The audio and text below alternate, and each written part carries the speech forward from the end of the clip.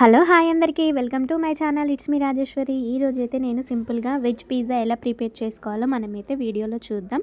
Video మాత్రం skip చేయకుండా పూర్తిగా చూడండి.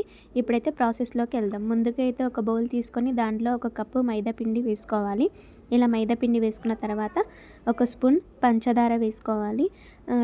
అర టీ స్పూన్ ఏమో వంట సోడా వేసుకోవాలి. 2 టేబుల్ స్పూన్ పెరుగు యాడ్ చేసుకోవాలి. 1 స్పూన్ గోధుమ పిండి కూడా యాడ్ చేసుకోవాలి.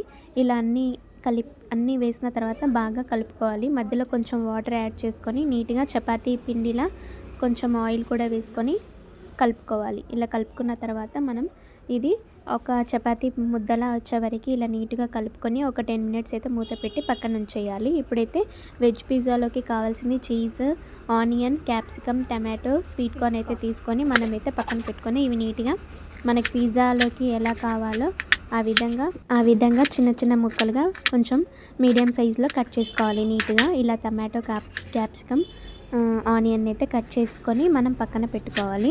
మన స్వీట్ కార్న్స్ని కూడా ఇలా ఒలుచుకొని నీట్గా ఒక బౌల్ వేసుకొని ఇలా పక్కన పెట్టేసుకోవాలి. ఇప్పుడైతే చపాతీ చేసే పీటను అయితే తీసుకొని మనం ఇందాక 10 నిమిషాలు నానబెట్టుకున్న మైదా పిండి ఉంది కదా, అదైతే తీసుకొని చపాతీ పీట మీద అయితే గోధుమ పిండి లైట్గా వేసుకొని ఇప్పుడు ఈ మైదా పిండిని రౌండ్గా బౌల్లా చేసేసి ఇప్పుడు చపాతీలా కొంచెం సన్నగా కాకుండా మందంగా మన పిజ్జా ఎలా ఉంటుందో అలా రౌండ్గా చేసేసుకొని ఇప్పుడు పిజ్జాకి మనం హోల్స్ పెట్టడానికి ఫోర్క్ తీసుకొని చిన్న చిన్న హోల్స్ అయితే పెట్టాలి. పిజ్జాకు ఉంటాయి కదా, సో అలా మనం చేసేసుకొని ఇలా పిజ్జా మీద మనకి సాస్ కావాలి కాబట్టి మనం రెడ్ చిల్లీ సాస్, టమాటా సాస్ అవి కూడా యాడ్ చేసుకోవాలి. ఇప్పుడు ఒక ప్లేట్ తీసుకొని పిజ్జా ఈ ప్లేట్కి అతుక్కోకుండా ఉండాలని ఆయిల్ వేసేసి ఇప్పుడు చేసిన పిజ్జాని దీని మీద వేసేసి పెట్టేశాక మనమైతే సాస్లు అయితే యాడ్ చేసుకోవాలి. దీనికి రెడ్ చిల్లీ సాస్, టమాటా సాస్ 2 కలిపి ఇప్పుడు దీనిపైన మొత్తం స్ప్రెడ్ చేయాలి.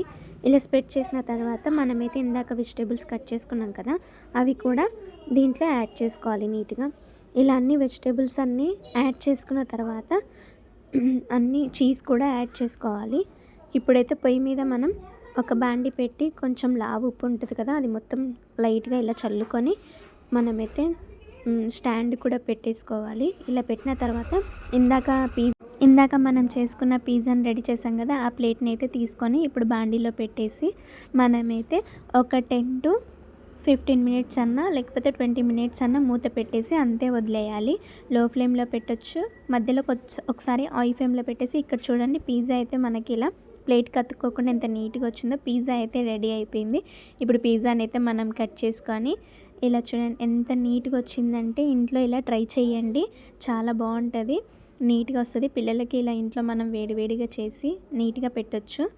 ఇలా పిజ్జా అయితే కంప్లీట్ అయిపోయింది. సో పిల్లలు కూడా తినేసి చాలా బాగుంది అన్నారు. అందరూ ఒకసారి అయితే ట్రై చేయండి.